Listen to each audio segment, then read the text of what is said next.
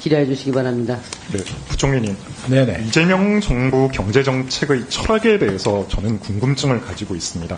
아마 원칙도 없고 그리고 어떤 방향으로 진행되는지도 솔직히 잘 모르겠습니다.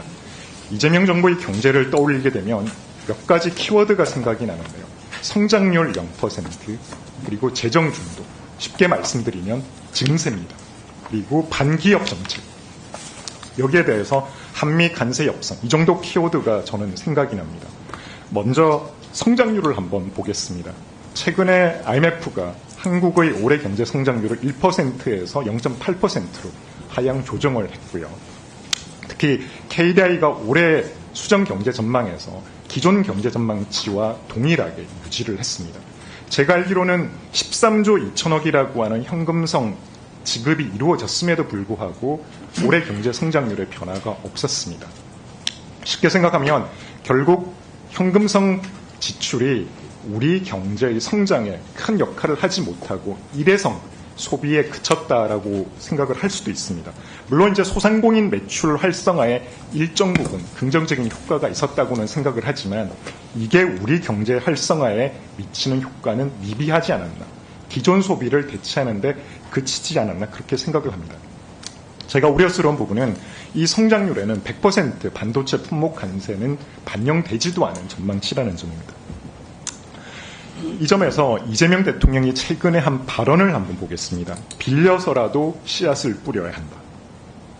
2차 내수 활성화가 또 필요하지 않을까 싶다. 이 점에서 부총리님, 네. 혹시 3차 추경 편성에 대한 우려가 나오고 있는데 우려하고 있습니까?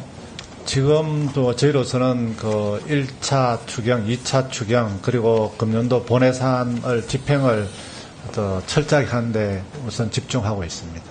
자, 올해 같은 경우에 국채 이자로만 30조 원이 넘게 지급이 될 거라고 예상을 하고 있습니다. 이게 사상 처음이죠. 그리고 국민 1인당 감당해야 하는 이자는 약 60만 원 수준입니다. 우리 국가의 총 예산 673조 대비해서 약 4.4% 달하고 있습니다. 결국 나라 관리가, 나라의 빚 관리가 무엇보다도 우선인데 현 정부에는 재정 준칙과 관련된, 재정 건전성과 관련된 발언이 거의 없다시피 합니다. 이 부분에 대한 원칙을 포기하셨나요? 아닙니다. 제가 하나 더 지적하고 싶은 부분은 코로나 팬데믹 당시 발행했던 국채의 만기가 이제 돌아오고 있죠. 올해가 94조 원, 내년에 98조 원입니다.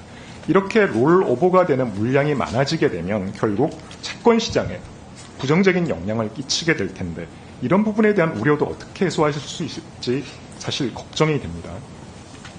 자, 부총리, 결국 네. 제가 지적하고 싶은 부분은 이러한 어려움이 있음에도 불구하고 모든 것을 증세로 그리고 재정으로서 해결하겠다는 이런 시도가 과연 적절한지에 대한 우려가 있습니다. 결국 지금이 아니라 5년의 임기 동안 빚을 내서 미래 세대에게 부담을 전가하겠다는 그런 인식이 아닐까 굉장히 우려스럽고요. 재정 포퓰리즘이라고 생각을 합니다.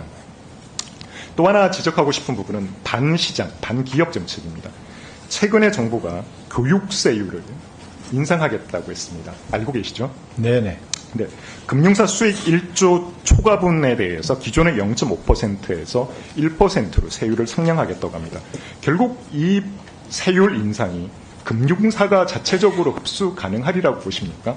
아마 대부분의 경제학자나 전문가들은 결국 금융 소비자에게 전가되리라고 보는데 부총리님 어떻게 생각하십니까?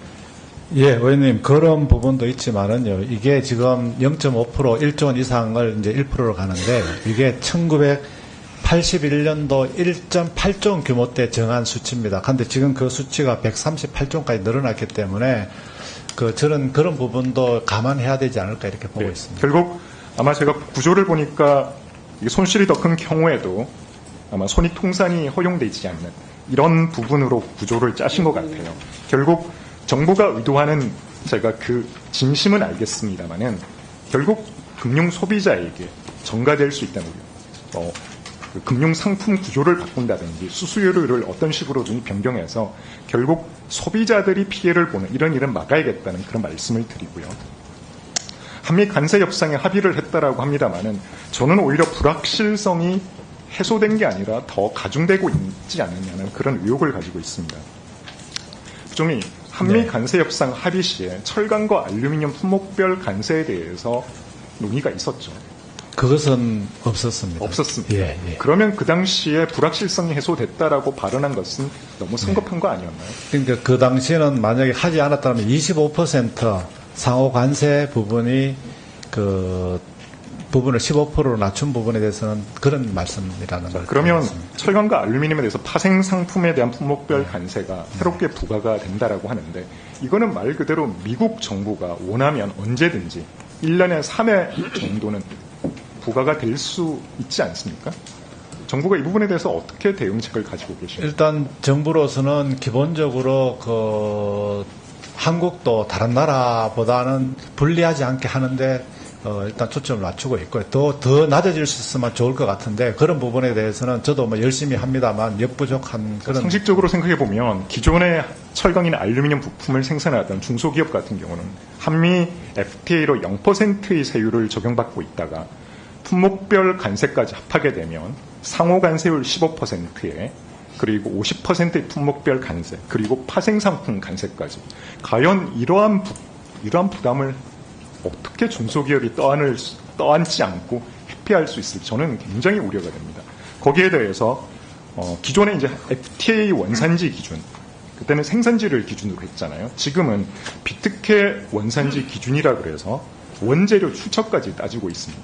결국 이러한 원료의 함량 비율이라든지 이런 부분들에 대한 행정 비용까지도 추가적으로 부담을 해야 되는데 정부가 과연 우리 중소기업들에 대해서 어떤 식의 부담, 어떤 식으로 해소할 수 있는 대책을 가지고 있는지 굉장히 의문이 들고요.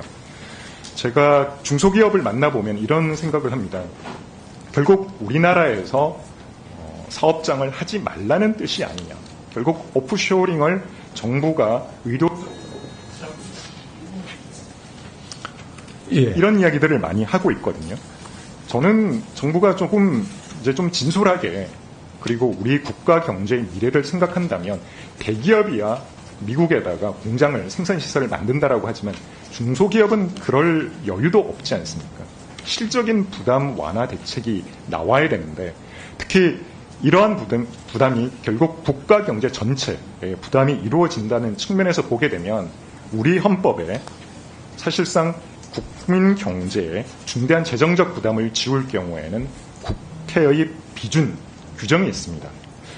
아마 이런 부담이 결국 국가 경제에 큰 부담으로 돌아오고 국민 경제에 중대한 재정적 부담이 이어진다는 측면에서 비준은 아니더라도 국민 상대로 한 비용 추계, 산업별 보완 대책, 그리고 재원 조달 방안 등에 대한 국회에 좀 상세한 보고가 있어야 된다고 생각하는데 어떻게 생각하십니까?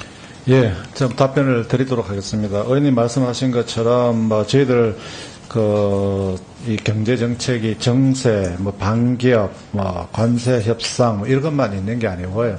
이달 말까지 아마 새 정부의 경제 정책 방향을 발표하게 됩니다. 그래서 저는 이것을 돌파할 수 있는 어떤 초혁신 경제로 가는 것에 대해서 한번 나중에 보고를 드리겠다는 말씀을 드리고요. 그런 부분을 보시고 좀 판단해 주셨으면 좋다는 생각이 들고요.